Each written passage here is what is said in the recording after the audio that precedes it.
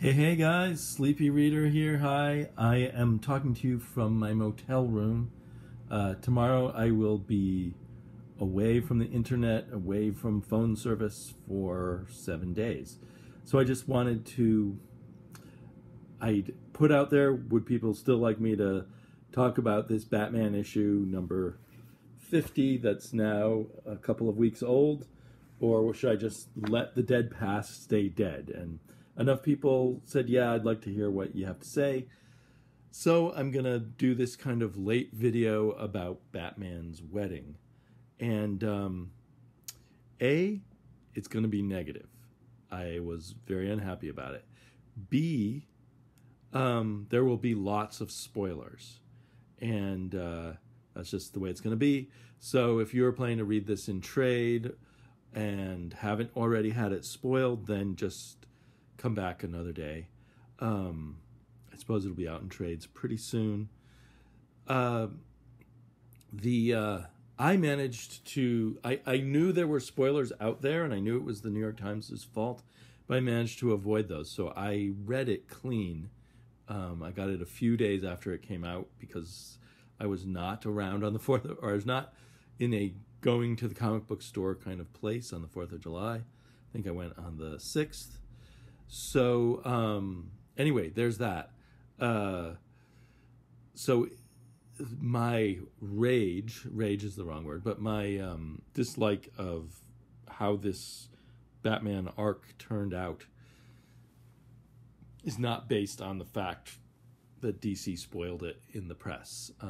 That's a whole different issue, I guess, for me, which you know we could discuss, but I don't know if I'll have time to discuss that. I do want to point out, it was, I believe, Batman proposed to Catwoman in issue 24, and with maybe one or two, and then the hyped up wedding issue was issue number 50. So that's about 26 issues. There might have been one or two issues in there that could be argued were not in some way related to the Batman Catwoman relationship too much. But for the most part, we had at least 24 more issues that were focused on their relationship in a way. We had the, 6 or more issue War of Joke and Riddles. And the whole point of that was, could Catwoman, Batman was worried that Catwoman, after she heard this story, would not want to marry him. And he wanted to tell her this first. Basically a story of when he wasn't perfect. And then we had a bunch of issues that were about, going on a double date and looking up old lovers and whether you would stay faithful when being tempted and all of those things. And I guess Batman passed all those tests, if you want to view the male-female relationship in the modern world as women testing men.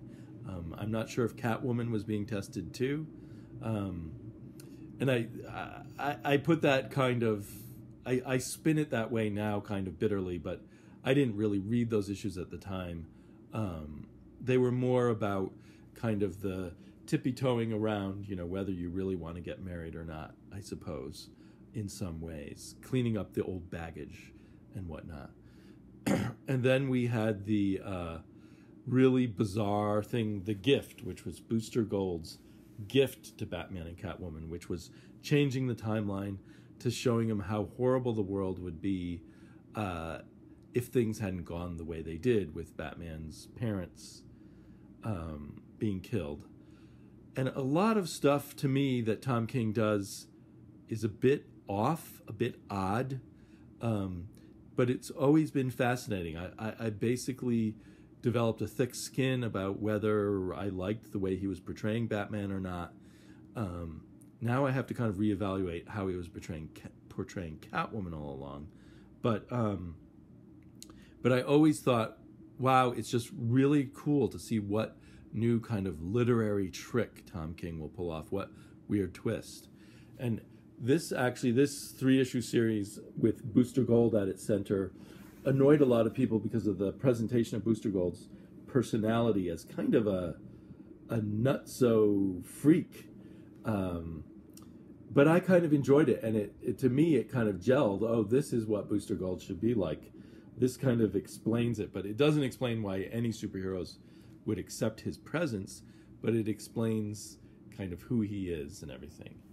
The crazy thing about this is the Bruce Wayne that we get, so total spoiler of this too, the Bruce Wayne that we get from this alternate timeline where his parents weren't killed, when he is faced with tragedy as an adult, he offs himself. He kills himself. He can't take it. He's far less than a hero. He's the kind of coward who can't take the pain of life and tragedy and kills himself rather than trying to make something good of it. Whereas Bruce Wayne's entire story in the mainstream, to me, was taking something bad that happened and making something good of it. Now, of course, then we can all talk about how, he's a bit psychologically deranged himself to be so obsessed by crime and all of that. And but I don't think suicide makes anything good of it at all.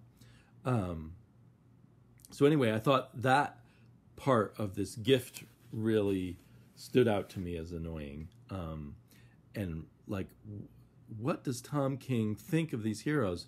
How does he take these heroes? I guess he sees them as super fragile, psychologically mushy kind of characters in a way.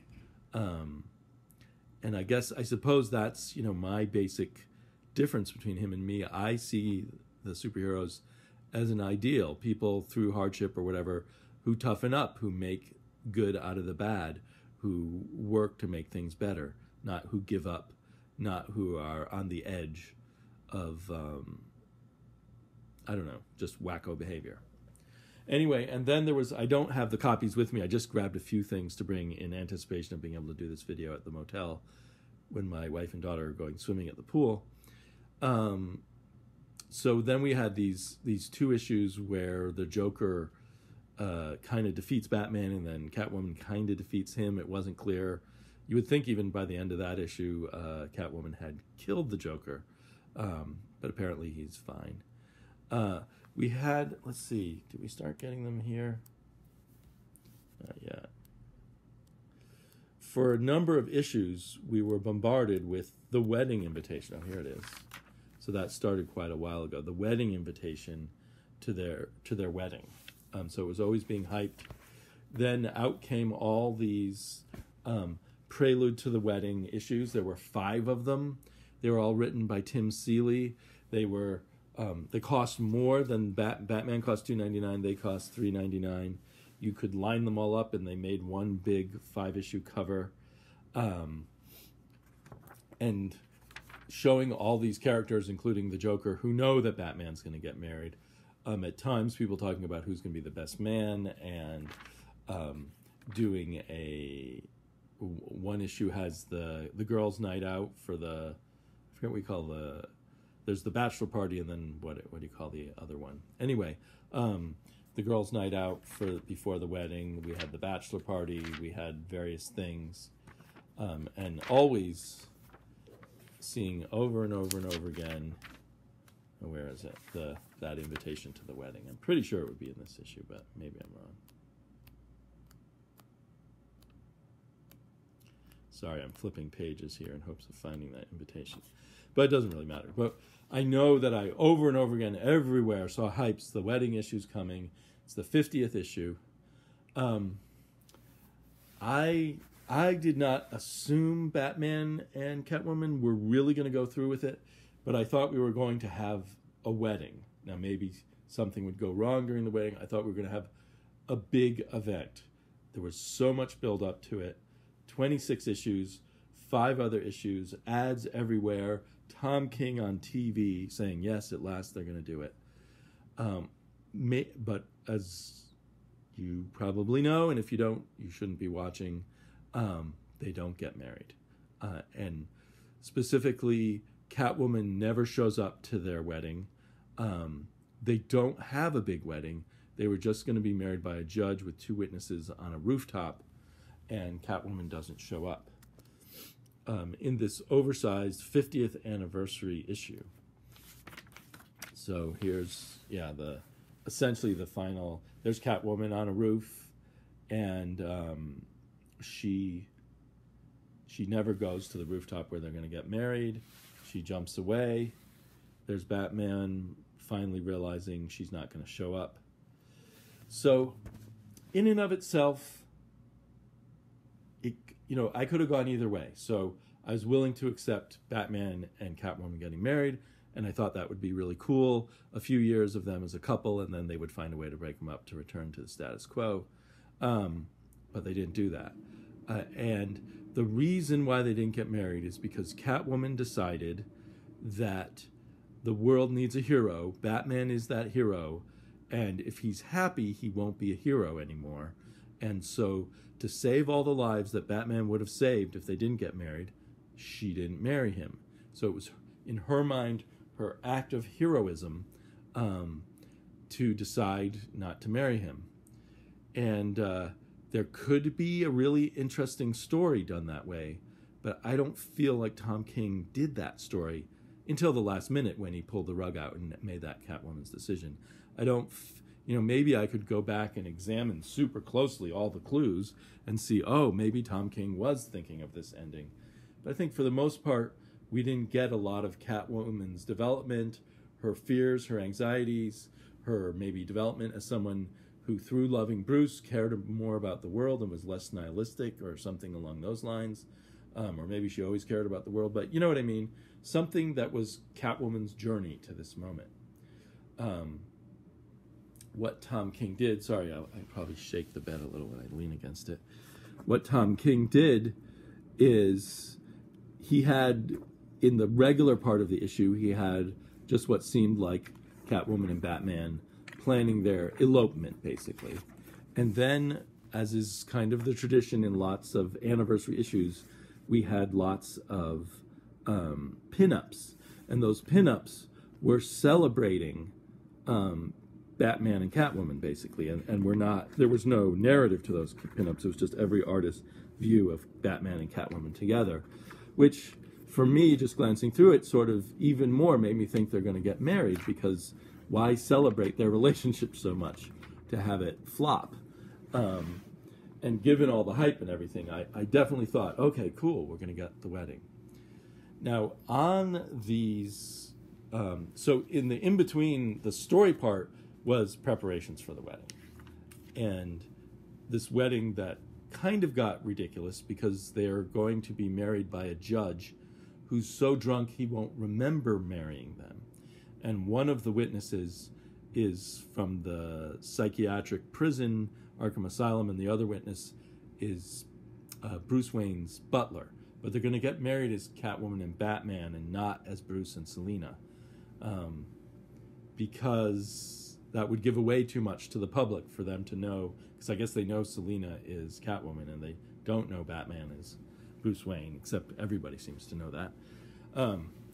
But anyway, so on these pinup pages, as those who've read it know, are these, what I took to be, as I was reading it, sort of interior monologues where they talk about each other. And it wasn't so easy, really, to keep track of that this color change meant, what, here we were getting Batman, there we were getting Catwoman with the red lines around it. And what we find out, if you read all the way to the end and then kind of think about it a little bit, you realize these things are excerpts from a letter that each of them wrote to each other and that neither of them read during the course of this issue. One presumes Batman read his later and that Catwoman never got to read hers because she ran away. Where they, I guess, are talking about their relationship, and both of them spend pages and pages talking about each other's eyes and the flecks of colors and all that stuff. To me, reading like sophomoric romantic purple prose. Boy, her arms are long there. So I had to go back and reread it after I realized these were excerpts from a letter. And then it made a bit more sense. And so this is Catwoman's love letter and goodbye to Batman. But by combining the two and having the two kind of blur together, because they're both in this same purple prose voice and they're both talking about eyes and how they first met and stuff, it's hard to follow the fact that slowly Catwoman, I guess, is working up to the idea that she has to leave Bruce to allow him to continue to be a hero by not being happy. Now, what seems to tip, we don't know if she was worrying about this before. Maybe we just should assume she was. But what tips the scales is her friend Holly whispering a few words to her, basically, about being a hero. So Holly suggesting that if she's a hero, somehow that seeps into Catwoman's mind and leaves her deciding, Holly, am I a hero? Of course, Selina, right? I mean, after all that's happened. And here she says, I wrote him a letter. I didn't finish it. I have to finish it. I hadn't written to him. I haven't written to him since Arkham. So at this point, has she decided to leave him, or she hasn't finished the letter and she hasn't decided whether to leave him?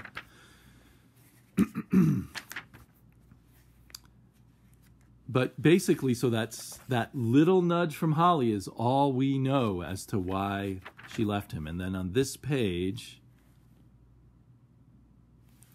I guess here is her final note, where I wish I could give you my life, but I can't. I have to give more. My sacrifice is my love. It's you. So her sacrifice is sacrificing Bruce, or sacrificing Batman as a lover, so that because that's her heroic act.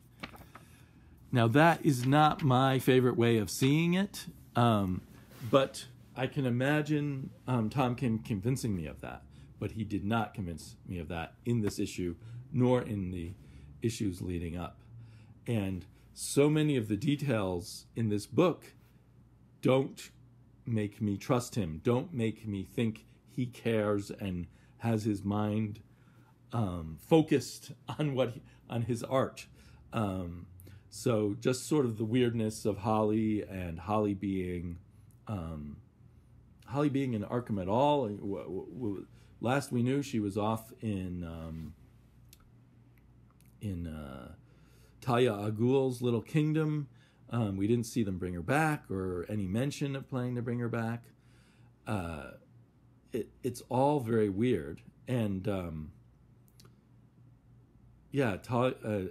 she's some kind of mass murderer. I don't know the story on that. I did miss the Batmans that explained what kind of murderer she was, and the murder that was blamed on Catwoman.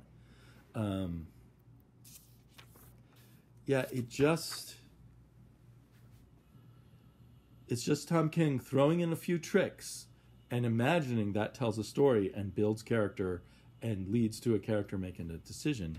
And to me, all the pieces are jumbled and not laid out. Even the simple thing of somehow doing this in a clear way that it's a letter. Why leave it a mystery to us that it's a letter?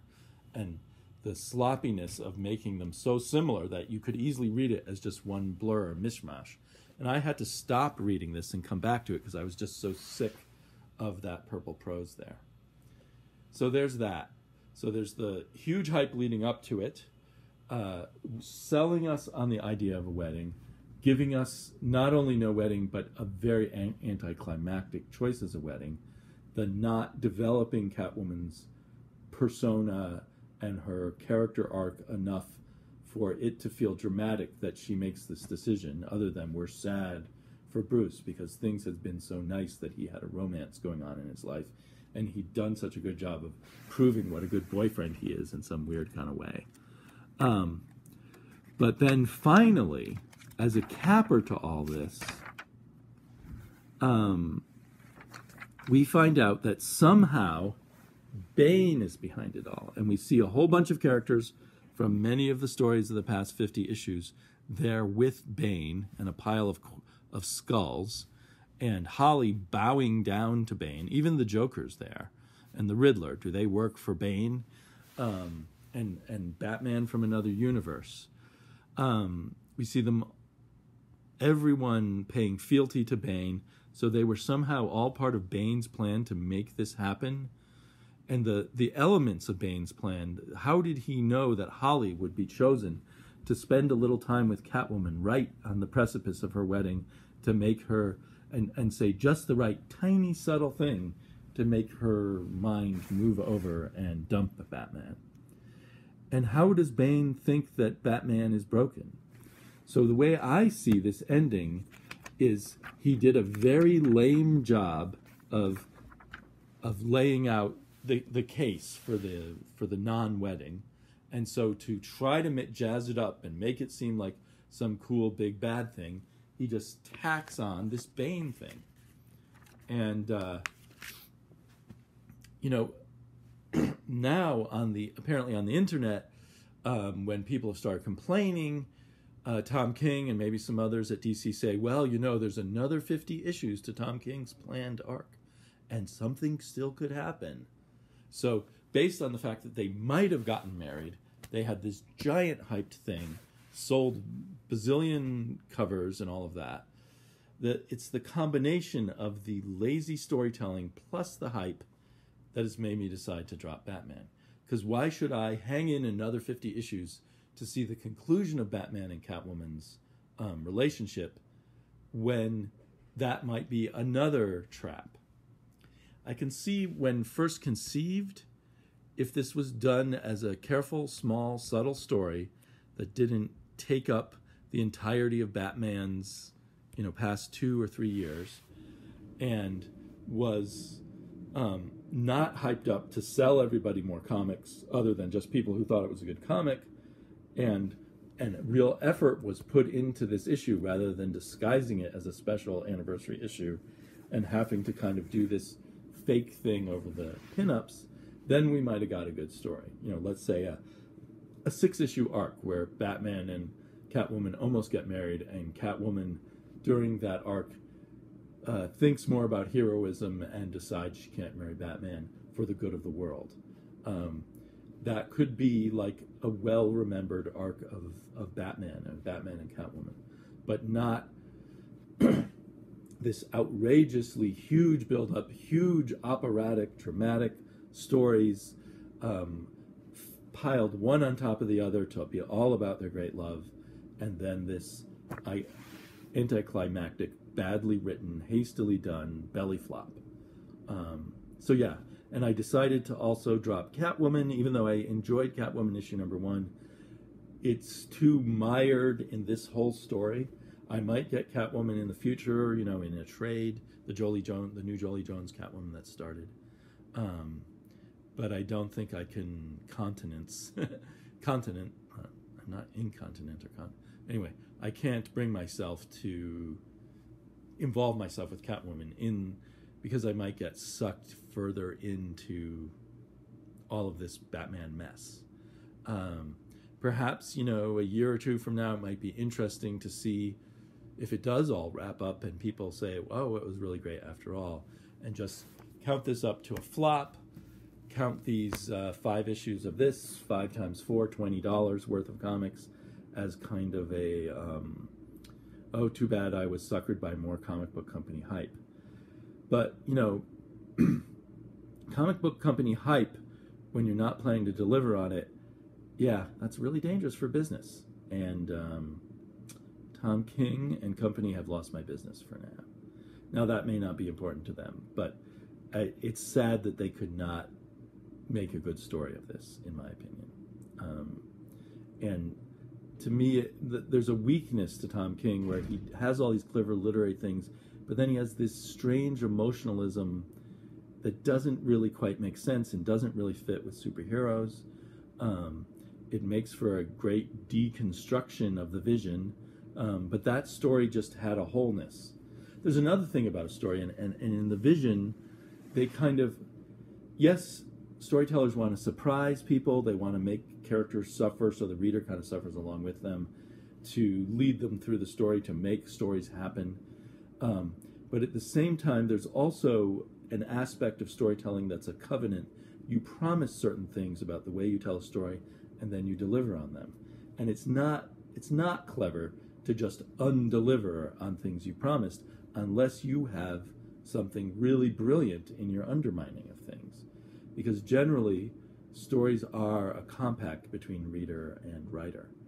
And yeah, that's my opinion. I feel strongly about that. If you're really studying stories, you see how the great stories that people love or that have stood the test of time promise things at the beginning and in one way or another deliver on them from the middle to the end. They may surprise and delight, but there's got to be that delight. So yeah, it's hardly worth doing this screed on it, but once I get started, I just went on and on. There's lots of other great comics out there. I really loved issue 1 of Superman by Brian Bendis and Yvonne Reese. The art was great. I love this matte paper it's on. It really made the colors more satisfying to me. And it's a bit like the old Baxter paper, I guess, but the coloring is better than they had on the Baxter paper. I now am, I'm a little nervous. Will Bendis deliver on all he's promised? But he hasn't made, the promises he's made so far are kind of smaller than Batman and Catwoman getting married. So I think he can deliver on them.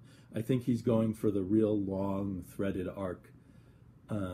But this issue gives me a lot of confidence, and I think I'm there with him. But still, the Catwoman Batman thing, things like this make me itchy and twitchy.